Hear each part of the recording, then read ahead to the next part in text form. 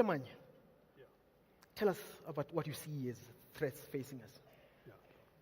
Firstly, let me greet the audience. I wasn't sure whether that was some kind of a sentient booing or what was going on this side when I was coming in. Admit Okay. it, you love it. Okay. I think a couple of things. One, I think it's quite intriguing that we have this kind of a gathering to talk about the ANC conference and the ANC is not invited. Now, I think it is important. No, let him have his say. I think it's a fair point. It is Let important. him make his point. It is important for you. It is important for you to understand what is the ANC. When you invite the ANC, this is when you invite the Secretary General of the ANC. That is the ANC. You can't invite presidential hopefuls and say we have invited the ANC. You have not. So the fact that the office of the ANC is not present in this, I think, is a serious problem. To talk about the conference of the ANC, but the ANC is not here. So how did we get here? Ordinarily, Jimmy, I would say that is a fair point. You'd want the ANC to be part of a panel discussing South Africa and the ANC itself.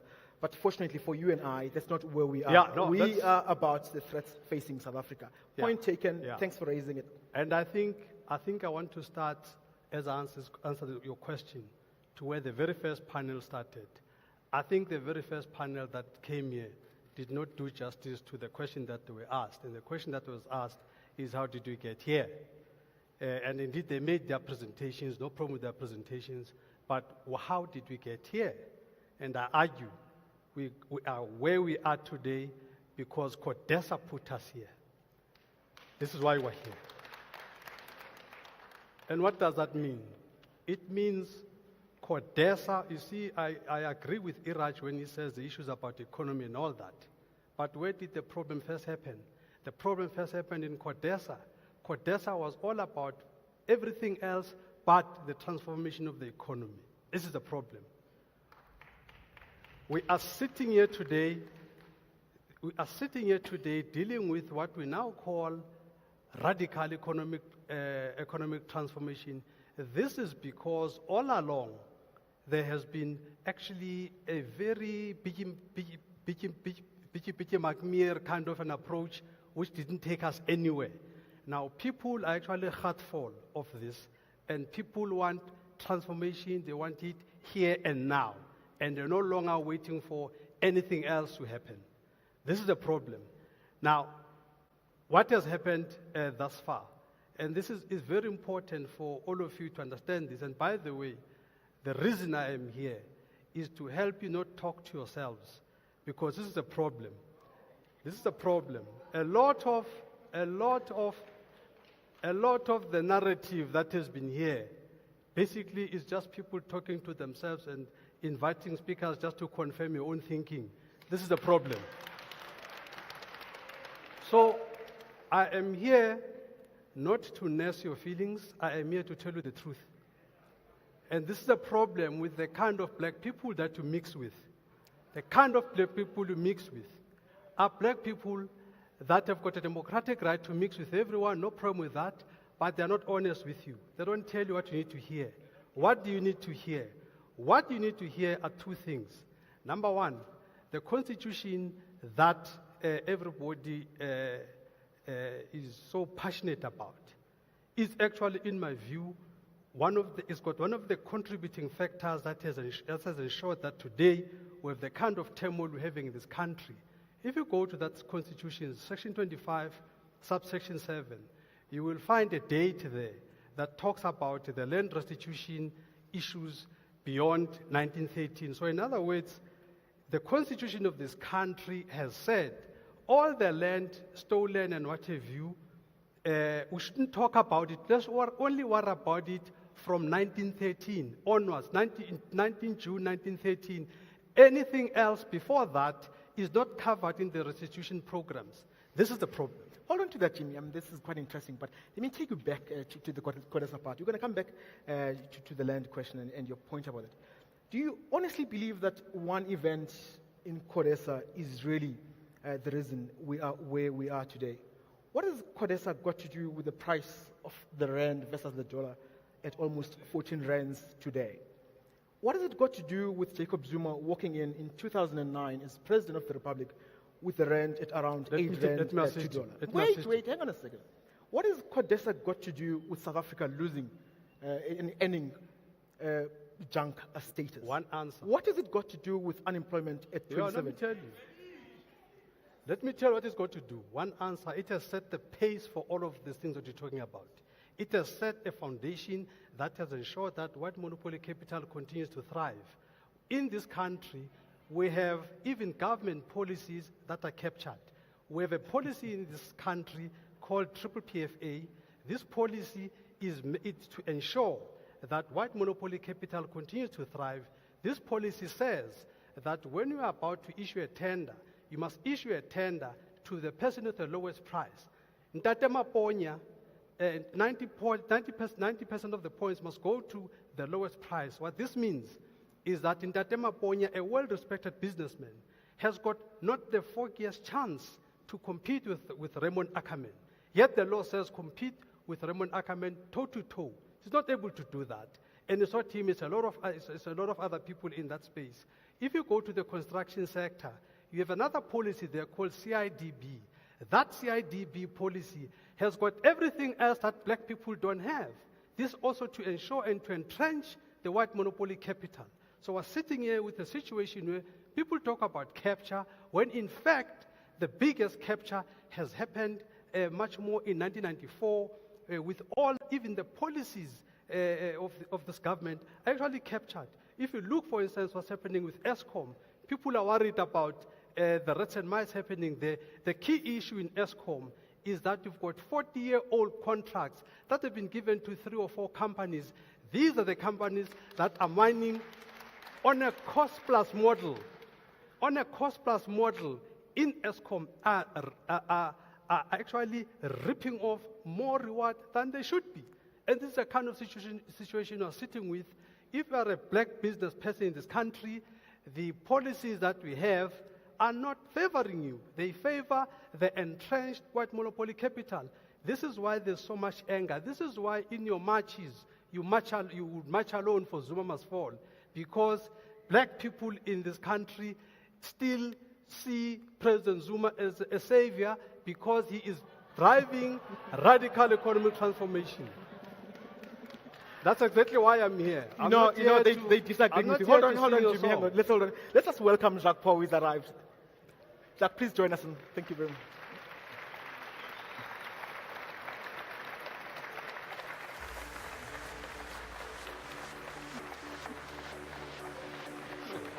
Hi. Hello. Hi, Jacques. Hi. Hello. Straight into Okay.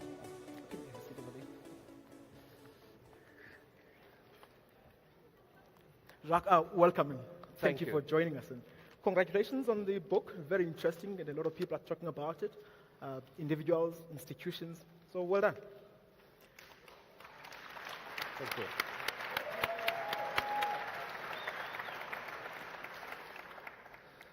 Let's get right into it, Jacques. And could you please just give us your opening remarks on the threats facing South Africa, what you deem to be important, and threats facing this great nation?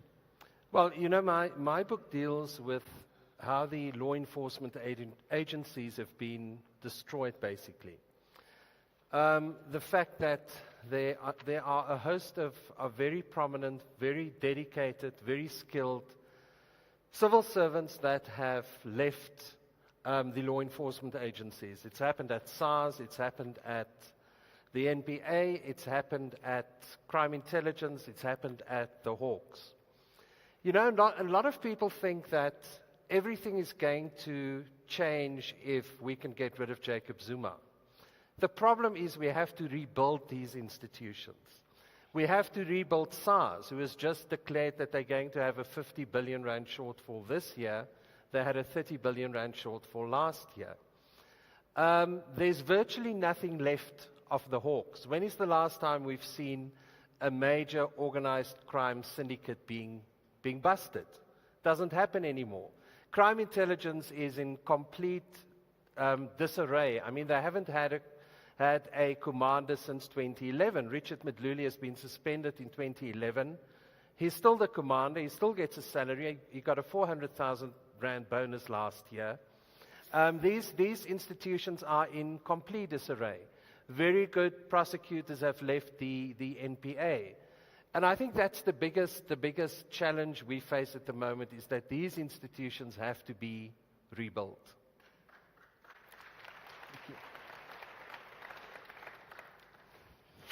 Iraj, how important is it for us to have a good functioning bureaucracy in order to boost the economy? Look, no economy no modern economy can grow, no matter how structurally you redefine. Even if you go back to not 1913, 1850, and reconfigure it as it was in 1850, and get rid of anybody who you like, bring in whatever, unless you have a functioning, professionalized state, not political machinery, state, organs of governance, who are professionals, who are at par with the modern day requirements. Remember, crime fighting in 1815, it was not the same as in 2017. So you can't go back in history and talk about what was once upon a time suitable, or go 10 years ago or 20 years ago. Crime fighting changes, governance changes, financial system changes, telecommunication changes. All of these, who is supposed to keep up with it? Not politicians, not political parties, not political activists of the right and the left and the center. These are populist showcases. You need competent, capable state that uses resources to do research, connects with the dynamics of socioeconomic change, governance change, and governs the society accordingly. We are politicking around popular issues, painful issues of the past. Let me acknowledge that. These are painful issues. That's why they are so emotional. But we are not paying attention to what we need as a nation to deal with these painful issues. We politic around them, as opposed to investing in capable state, capable and effective education system, health system, fighting system, and investing in political debate. We're very happy to clap for each other, from the right and the left, the white and the black, and the male and the female, but we go home, nobody pays attention to building a functional, capable state that is fit to meet, to challenge, and to cope with the issues that will take us forward. We're always looking backwards. We need to look forward.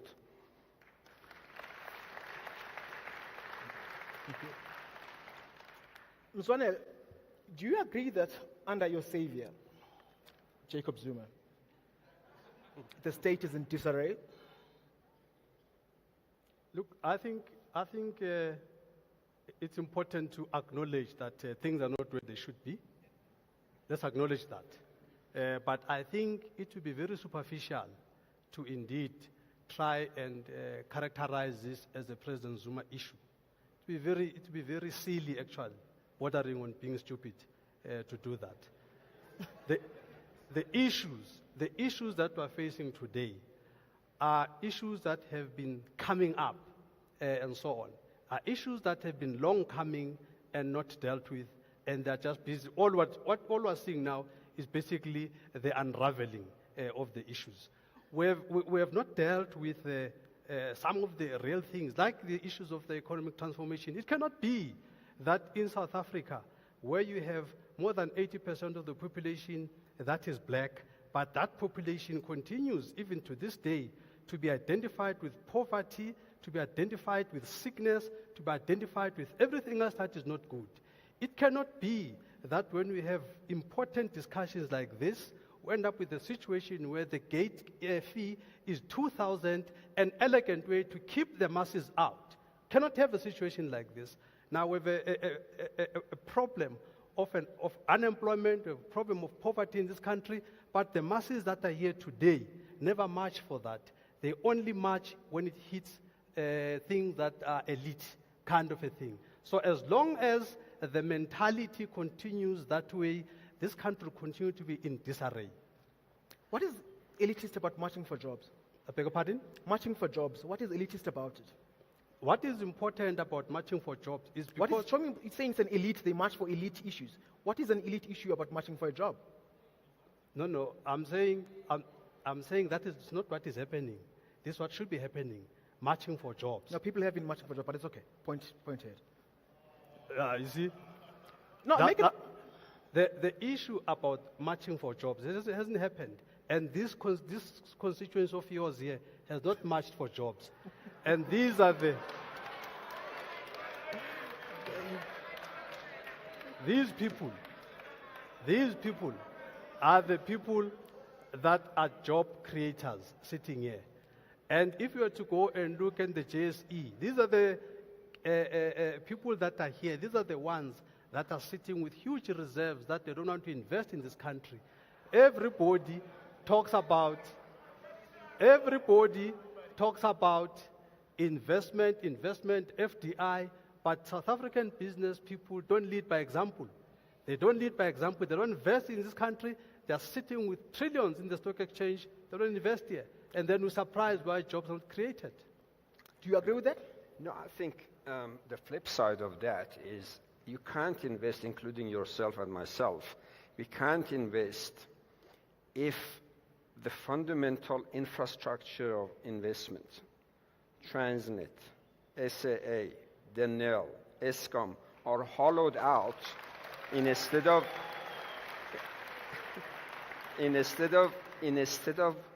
creating sustainable, globally competitive, well-priced, environmentally consistent energy.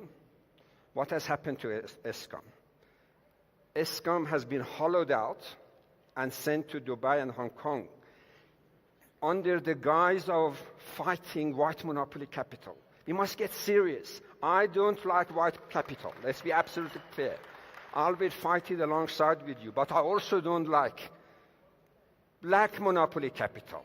But more than that, I don't like white or black, unpatriotic hollowing of my taxes in the name of empowerment contract, in the name of fighting the white colonialists.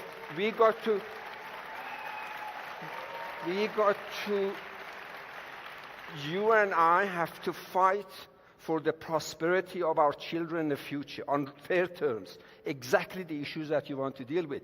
But not hollowing out the balance sheet of Eskom and SAA and Denel and Transnet and landing the national treasury in a mess is not fighting white monopoly capital. Let me assist you. Please. Firstly, there's no such a thing as a black monopoly capital. It just does not exist. So let's not make concepts that are not there. There's no such a thing. There's no such a thing as a black monopoly capital. There's only white monopoly capital. No black monopoly capital here. When we talk about the hollowing out, let's look into this hollowing out and start with Transnet. As we speak at Transnet, talking about the hollowing out, even it started with the Maria Ramos stage. During Maria Ramos, what she did, that whole rail line to Saldanha, she consigned 75% of that capacity of that rail line to one company only, Anglo and Kumba, Kumba. One company only 75%. And then what she did, before she left to join ABSA, she then changes the contract. She then amends the contract to say two things. One, she says, any additional capacity that is going to be built by Transnet, Anglo must have a first right of refusal to 85% of that capacity. That is hollowing out. A lot of black miners have actually ended up selling their concessions because they were not able to get into the rail line because it is monopolized by white monopoly capital. That is the hollowing out. Huh? If you go to Eskom and you look at those contracts, you have the cost plus model that, if you look at National Treasury, they'll tell you about efficiencies and all of that. What is efficient about a situation where Eskom, that just requires coal to fire up their plants, but Eskom is bound onto a 40-year contract, cost plus. In other words, Eskom must pay for BHP Billiton, for Anglo, for Exaro, and other white monopolies for them to be able to do the development to get to the coal. They have to pay for that development and still pay for the product. This is the kind of situation that we have. And then, and still pay exorbitant price. Now, that is what is killing the economy of this country. But you don't see it because it's white people that are benefiting. Jacques, you want to... No, I want to go to Jacques, but let me give you a minute. Very just briefly, 1 to minute. respond to Jimmy. I'm saying if that is true, True. And if it is true, and if you say it's true, It's a fact. fight that. But don't bolt onto that. You say, well, I'm not touching this, but I'm bolting onto it a more hollowing out. That's what I'm talking What's about. left to hollow out? There is a lot left to hollow There's out. nothing else. There's nothing left. Let's Whole economy let's check is the spoken facts. for. You go Let's to the check construction the sector. facts. You go Let's to the check the construction facts. sector. Is owned by what monopoly? Let's You go to the check- banking. Is owned by what monopoly? You go to the insurance industry. Black people own only less than 1% of the insurance industry. What is left? Let's leave it. Hold on, guys. Listen, I'm going to come back. let's check the facts. That is the fact. No, but if you're saying that banking industry Yeah. is white, Yeah, 95%. how do you measure it? Market cap of banks in this country, the top big five, they took Who are market the cap. shareholders? Who are the shareholders of insurance companies? Who are the shareholders of any of these industries, including retail? I don't disagree with your point that we need to make, and let's be absolutely clear, we need to deal with inequities. There are structural issues here that we have not dealt with. Yeah. But this is not the way to deal with them. This is to exacerbate them. This is to take the economy from 5% growth to 0 growth, to lay off another 300,000 people who had 8 years ago jobs, and they had a prospect of their first President generation. Mbeki had Thank you so much. international advisors. We had something here called Harvard Consensus or what. Thanks, have Dr. you. Mzwanele. And he listened Your to point this has been kind of made. Thank you. advice, but it didn't get us anywhere. But we you. were Point- growing at 5.5%. Today we're growing at But we close jobless to zero. growth. We're No, jobless growth as but well. we are now losing jobs. Jobless growth is one thing. Losing jobs, going 100,000 Thank you at very a much, time gentlemen. is another story. Let's check the facts. Let's Build go to the rock future. star now. Let's go to the rock star.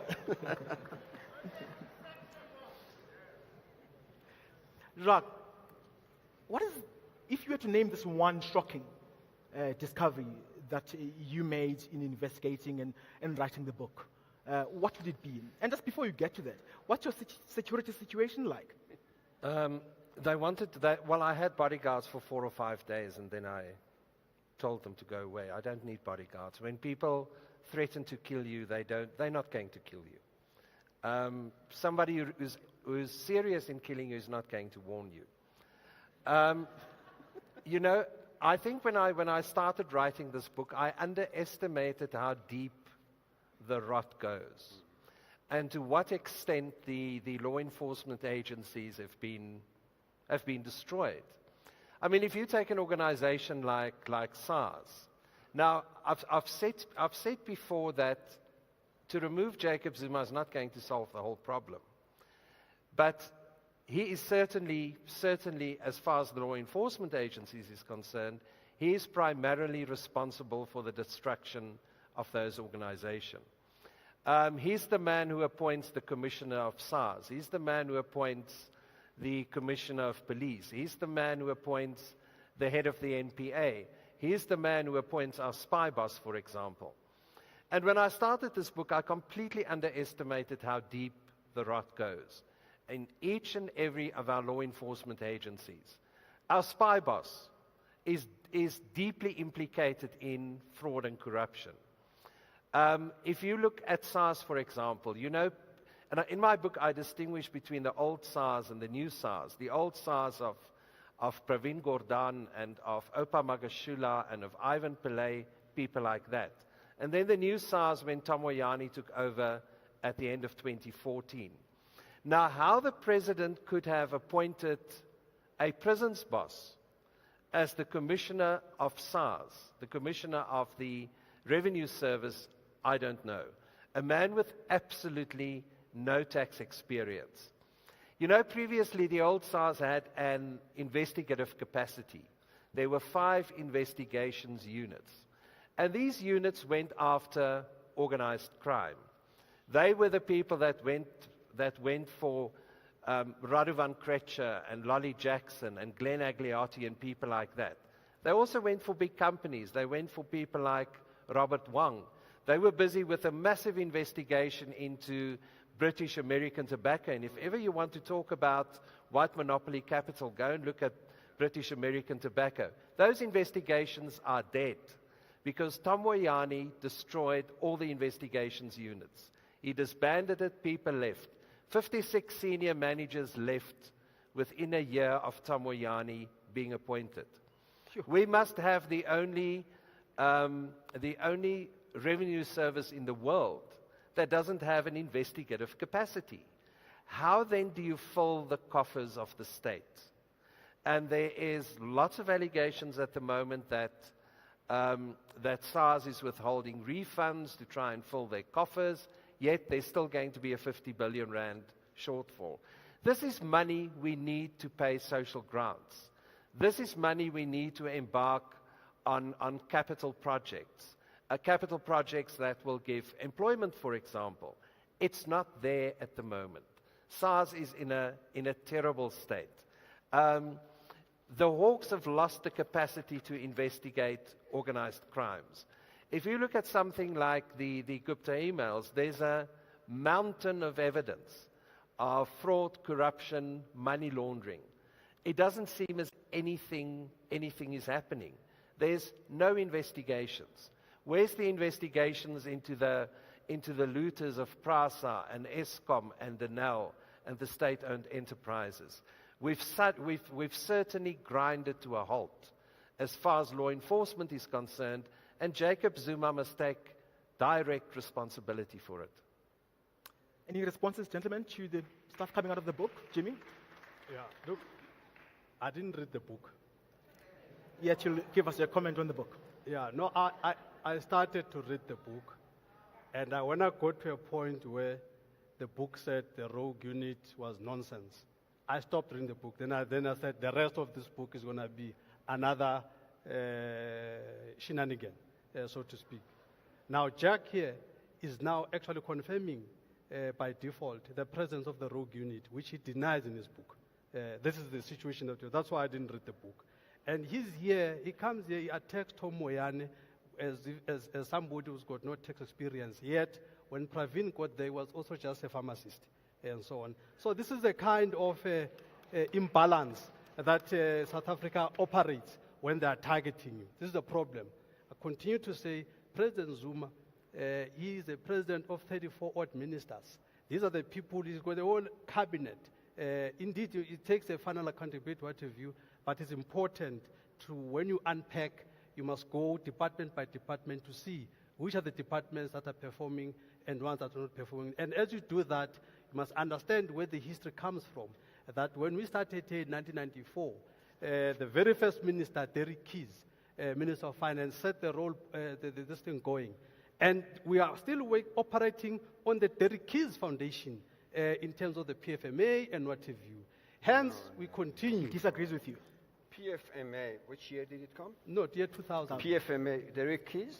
It set the foundation. No. I was in the kitchen at that time. Yeah, no. Now I'm check the saying, fact. Derek Keys didn't want PFMA. Derek Keys belonged to a different. Chris Liebenberg didn't understand when I told him.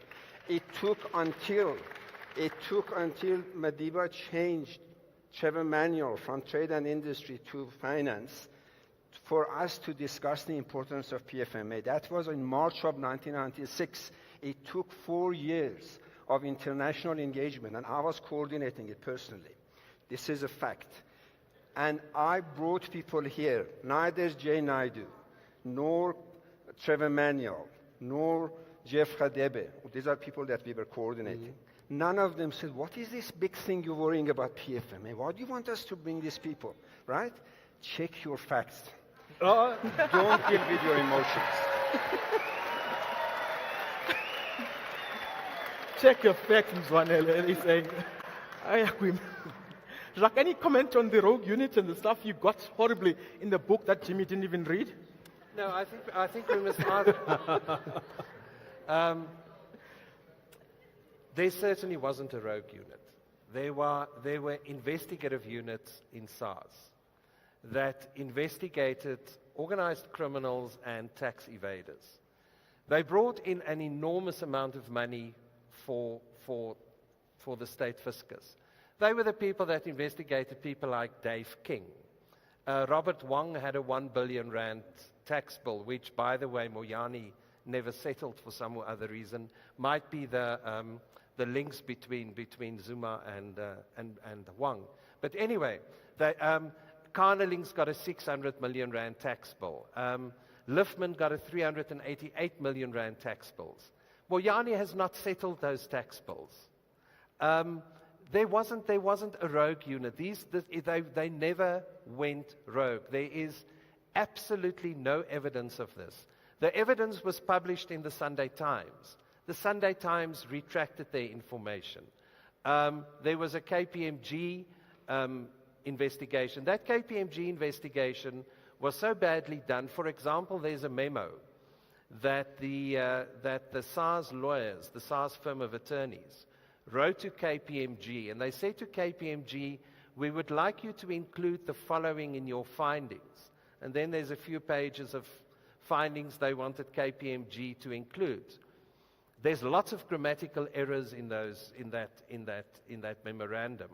KPMG included that findings that the attorneys wanted with all the grammatical errors. They didn't even spell check the memorandum by the SARS attorneys. That's how bad the investigation was. There is not a shred of evidence that a rogue unit existed.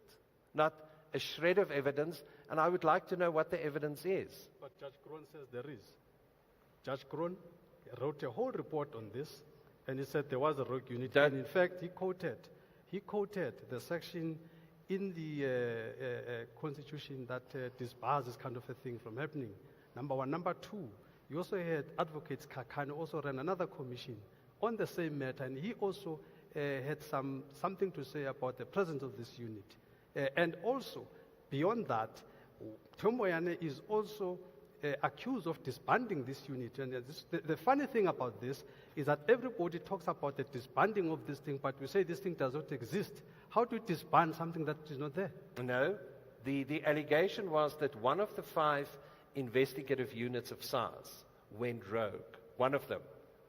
The high-risk investigation unit. That was the allegation. Moyani then disbanded all 5 units, all 5 investigative units. There was just one. You're talking about the panels that Moyani appointed. The Sikakani panel, for example, that was headed by Advocate Sikakani. They never even went to the heads of the investigative units to ask them for their version of events. And Judge Kroon never investigated anything. He had no investigative capacity. He didn't investigate. All he did was to rubber stamp KPMG, for example. What section of the law did the SARS rely on to have even any one of these units? I can assure you that if there was a rogue unit and that a rogue unit was established unlawfully, they would have charged Trevor Manuel and they would have charged Pravin Gordhan. They tried very hard and they failed miserably. Iraj, I don't know, I'm not an investigative or apologist for anybody, but I'm a student of public finance. There is no successful tax administration globally, none, without investigative powers. OECD, which is the sort of Rolls-Royce of tax collections, they do all of them from Sweden. In fact, our system, and I believe Mr. Gordhan coming later, when he was the commissioner of SARS, he worked with the Swedish, because they have one of the most successful investigative units. You cannot have a tax collection system because of the capitalist, black or white, Indian or other. Capitalists, you cannot leave them to themselves. They will find ways of crooking you. So tax units require investigative capability, the best that you can get in the country. South Africa has got a constitution. The constitution of the country sets the tone as to what you can and cannot do. So does Sweden, so does UK, so every country's got a constitution. Yeah, but the constitution of UK does not set the terms for us here. We've got our own constitution. There is nothing in the SARS Act that gives SARS a mandate to establish an investigative unit like it did with the rogue.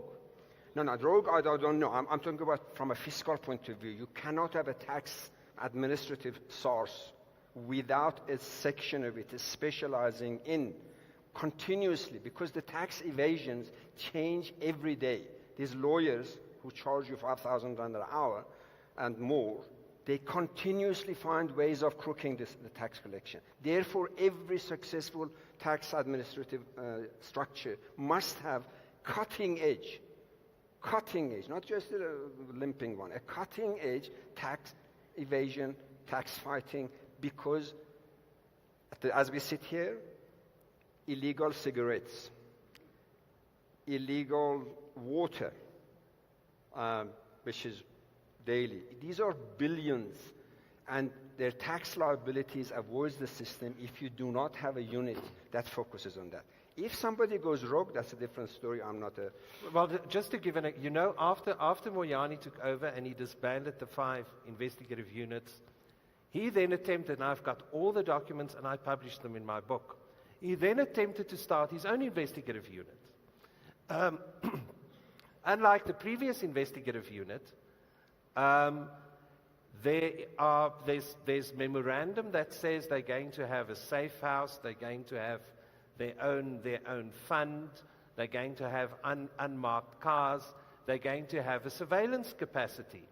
And then he appointed 2 people in this new investigative capacity. Would you say that's also illegal? I think it's important, just like I was talking about the ANC, it's important that when you're going to deal with SARS at length on issues that are intricate, then you have SARS here. It's an unfair discussion to discuss SARS and not have SARS here. It's fine, Chief. You don't have to defend SARS. It's not your Well, job. why don't we have somebody of white monopoly capital here? You are here. Thank you, gentlemen. Ladies and gentlemen, I'm happy to take 2 questions from the crowd. I've got a hand. I'll take one, please forgive me, from this side, and one from this side. Thank you very much. Can you please give them microphones?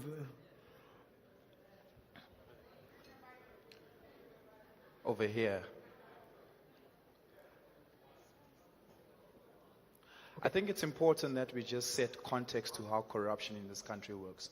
It is in fact true that a lot of government institutions are corrupt and have corrupt officials. But corruption can only continue to exist insofar as the private sector participates. Because government does not do business with itself. It does business with the private sector. So the private sector deserves equal blame. But that's not how we distribute our blame in this country. We don't distribute our blame to KPMG. We have a national shutdown for Jacob Zuma, but not for KPMG and McKinsey, because these are the companies whose line managers and senior managers are predominantly white. To that effect, corruption must be discussed in how it has an impact on the people on the ground. On the ground, the average white household still earns 8 times more than the average black household. But that's not a discussion, and that's the real corruption in this country. Jacques, how does your book address the grassroots impact of corruption? The fact that white people can still continue to send their money offshore and still continue to evade tax and still continue to earn more than the average household, than the average black household, but somehow yet the blame is still solely placed on Jacob Zuma, and whoever else is corrupt is somehow directly tied to him, when that's not always the case. Thank you very much. Let's take the second, before you do, Jacques, before you respond, let's take the second one. The mic is over there. Hi, my name is Lesego. It is often said that what determines whether a state is failed or not is if you have institutions of good governance and integrity. And during the past years, we've seen how those have been heavily compromised. Excuse me, Lesego. Could you please stand up so that the cameras could pick you up? All right, so I'm not going to repeat that. So do you think that perhaps in order to ensure that this country goes on a good path and that we respect our institutions, should we perhaps cap the powers that the president has in appointing chairs of boards, heads of state organs, and perhaps have a system where Parliament can ratify that and make sure that there's checks and balances in those appointments so that they're not abused in future? Okay, thank you very much. Gentlemen? The second question, very quickly. I think the president has got far too much power. I think when we wrote the Constitution in the early 90s, we had a president like Nelson Mandela in mind. He wasn't going to abuse power. You can't have a president who appoints all the heads of the law enforcement agencies. You know, he can appoint anybody as the commissioner of police, and he has appointed some very peculiar people in that position. I think as far as that is concerned, I think there's far too much power that's vested in the president. The question of the first question, you know, we need strong law enforcement agencies to go after everyone. We don't need strong law enforcement agencies just to go after Jacob Zuma and Duduzane Zuma. We also need strong institutions, strong law enforcement institutions to go after Trillium and to go after seeing that I'm now a representative, after the white monopoly capital offenders that looted the state-owned enterprises. We need to go after everyone as far as fraud is concerned. We need to stop it, and we need to stop it at all levels, including white monopoly capital. Absolutely. Thank you. Iraj, the second question, please. The second question, I think it goes without saying. All those architects and judges who wrote the Constitution agree that our powers assigned to the president is just way too much. And I think we're learning. And we are not, by the way, the only constitutional democracy that is learning as it goes along. So that's part of the evolution of democracy. But I'd like very quickly to point out that if there is corruption in government, rest assured there is corruption in public sector, private sector, small business, large business, taxi drivers, lawyers, KPMG, and other agencies. And KPMG is not the only one. You cannot do modern economy corruption without the help of lawyers, bankers, auditors, and so on and so forth. That's just the nature of corruption. So if we see corruption, we need to sit back and say, as a social system, how did we end up here? What do we have to put in place? What legislation do we have to put in place? What type of political delineation of powers do we have to put in place? And et cetera, et cetera. The system must be consistent. At the moment, is in shambles. Thank you very much. Before you do, the gentleman in the red sweater there has a burning point to make there. Do you have a microphone? If not, Jimmy, go ahead. Yeah, I think the 2 points. I think it's important that as a country, we mustn't be hypocritic. There's always a problem with President Zuma, but there's no problem when President Zuma has appointed Thuli Madonsela. There's no problem with President Zuma when he has appointed the Chief Justice of this country.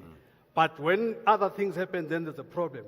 Again, we're busy saying corruption, corruption, corruption. But when you go to the Competitions Commission and we see the corruption of white monopoly capital, nobody writes about it. The white monopoly capital controls 75% of the GDP of this country. So if we have corruption at the white monopoly capital level, this is what is destroying lives at the bottom end of the food chain. On that note, thank you very much, gentlemen. Thank you very much. It's been a lively panel. We'll sadly run out of time. I'm really sorry about that. We have to go. Thank you very much. Thanks a lot. Let's give them a round of applause, ladies and gentlemen. Thank you so much, gentlemen. Thank you very much. Thanks. Right, well, another very insightful panel. Thank you, everyone. Thank you very much. Thank you for making it, Jacques. Very good. Very good. Okay, yeah, no. Guys, we'll get to you. You'll get to ask some questions and then some you won't. That's kind of how it all goes. Anyway,